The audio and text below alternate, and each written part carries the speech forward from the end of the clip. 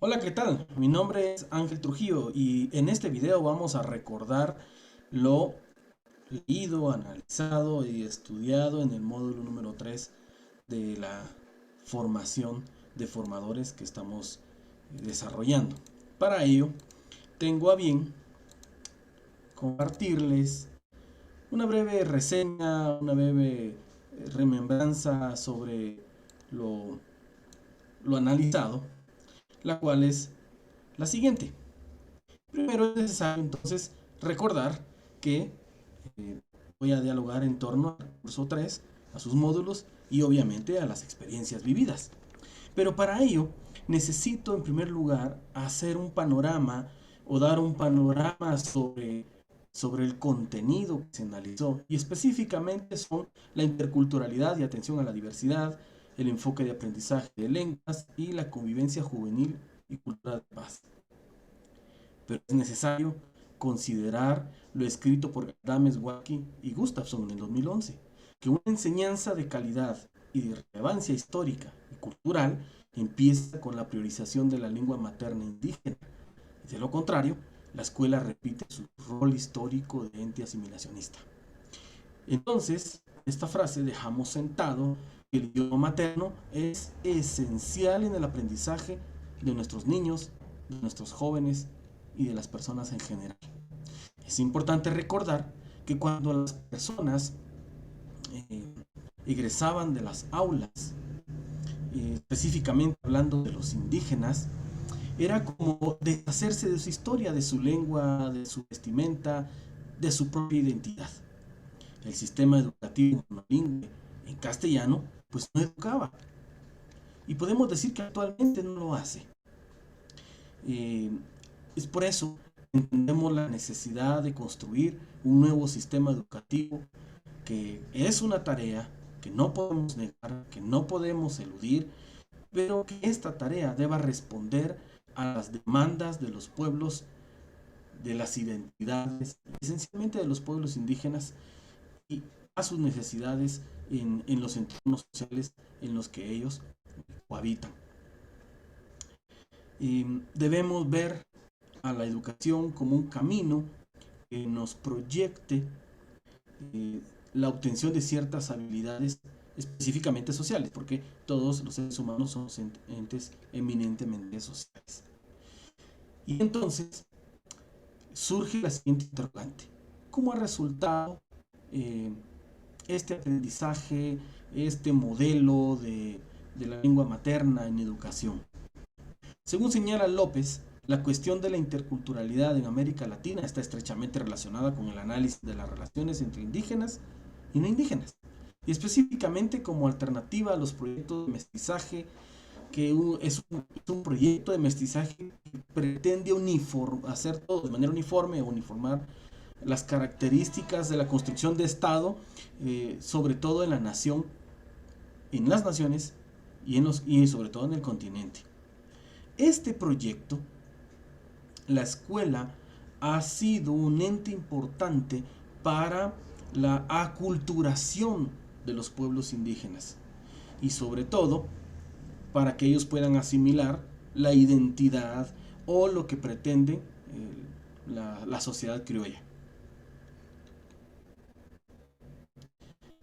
Puede ser, ¿qué puede hacer un docente para promover el respeto a la diversidad eh, y a los pueblos indígenas en su labor? Pues primero, lo primero que debe hacer es reconocerla. Seguidamente, bueno, ¿y qué he hecho yo?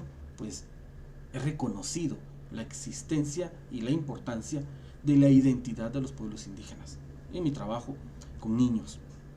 Porque a través entonces del ejemplo que se nos brinda a lo largo de la historia de este país, eh, y reconociendo la identidad de los pueblos, podemos promover el respeto y el valor a la diversidad. Jimeno nos hace un gran planteamiento. Es que el lenguaje sobre la diversidad acumula aspectos tan distintos, específicamente como la lucha de las desigualdades, la lucha porque la escuela tenga y forme realmente personas con autonomía, tal cual lo planteaba Jean Piaget, que la escuela debe formar personas autónomas, pero que estas personas autónomas, entendido de esta manera, puedan apreciar, reconocer, practicar y sobre todo valorar la identidad de los pueblos indígenas en Guatemala. Para eso es necesario resaltar la lengua materna. ¿Y qué entendemos por lengua materna? Pues la lengua materna, el idioma materno, primera lengua o L1 es aquella que se adquiere desde que estamos en el vientre de nuestra madre. Y es por eso que recibe ese nombre, materna. Muchas personas adquieren esta primera lengua y es la que nos acompaña en toda la existencia. No podemos decir que la lengua con la cual nos interrelacionamos en los centros educativos es la primera. La primera es la que recibimos de nuestras madres. Mucha gente no aprende otra lengua. Desarrolla su escolaridad a través de esa misma lengua que aprendió en casa y realizan su labor profesional también a través de ella. Pero debemos tener claro que la L1 es la lengua con la que se llega a la escuela. Y esperamos que esa lengua con que el estudiante llega a su escuela sea también prioridad para facilitar el aprendizaje, para facilitar el conocimiento. La lengua es una forma de cultura, quizá la más universal de todas y la primera que distingue inmediatamente al ser humano de los demás seres.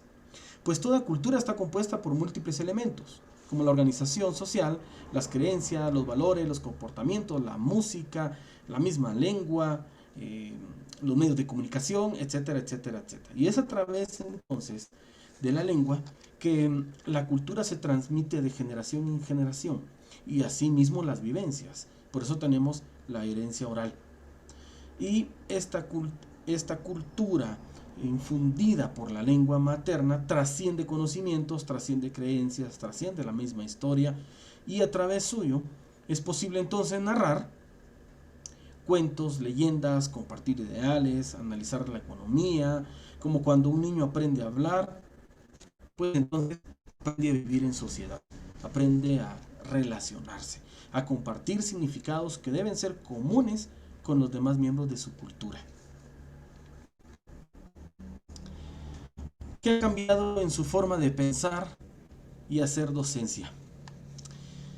El contenido de este módulo ha venido a hacer ese cuentagotas que ha permitido reconocer la importancia de la lengua materna. Si antes ya se creía, o yo ya creía que la lengua era importante, la lengua materna, pues entonces, luego de haber analizado el contenido de este curso, creo firmemente que si queremos formar personas o profesionales de éxito, es necesario que ellos primero reconozcan su necesidad de aprender en su idioma materno.